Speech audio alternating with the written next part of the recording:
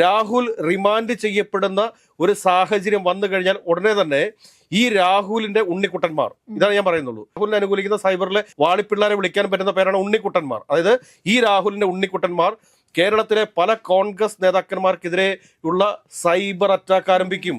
ഒരുപാട് വ്യാജ ആരോപണങ്ങൾ രംഗത്ത് വരും.